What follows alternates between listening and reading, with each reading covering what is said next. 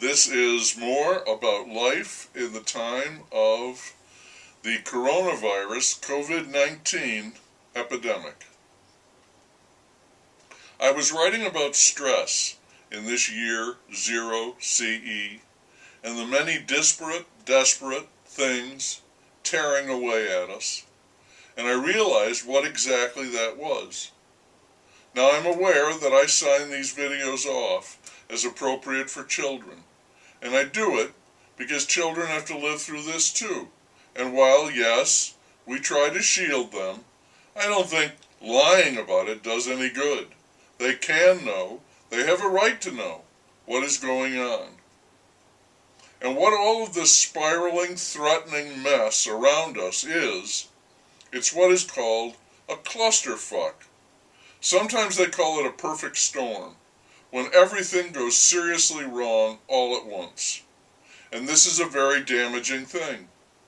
Everyone does not walk away from a clusterfuck. And one more thing about it, as opposed to the perfect storm, which is a natural phenomenon, much of what goes into a clusterfuck is man-made. We have played a pivotal role in shaping our own destruction.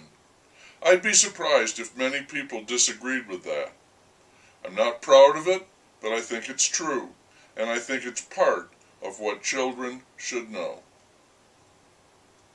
I've seen the beginning of a hockey game and basketball highlights, and these sports are completely given over to huge signs that say, "End racism," and "Black Lives Matter," and everybody takes a knee. One player, made headlines because he didn't take a knee. He'll have some splaining to do. I heard a guy making a speech before that hockey game. He said, "We will bring an end to justice." He stopped and then corrected that. It didn't really matter. It's all empty platitudes employed by millionaires who no longer have any skin in that game, even if their skin is black. Remember political correctness? It's still around. It just looks and sounds very different now.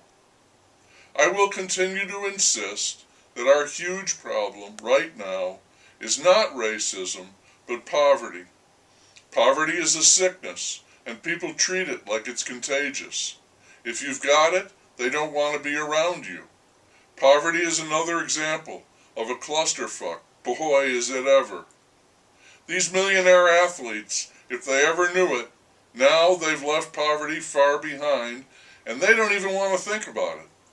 They want bling, fancy cars, beautiful women, great cribs.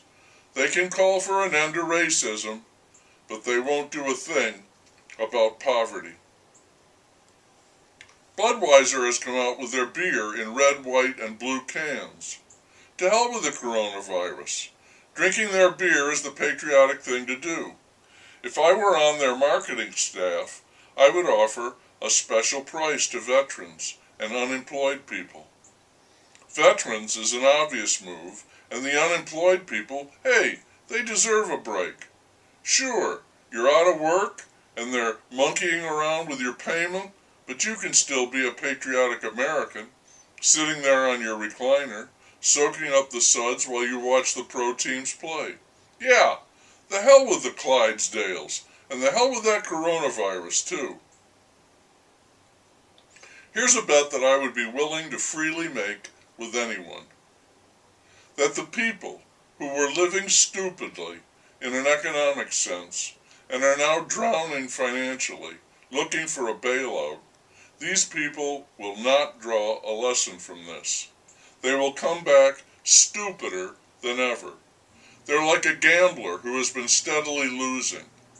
His solution is to go all in, thinking he can recoup his bad luck in one swoop. It might work if his problem had been bad luck, but it wasn't. It was bad play. Wiped out, he will still curse his sorry luck and look around for someone to give him a new stake. apropos of nothing, I heard someone talking about surveillance capitalism.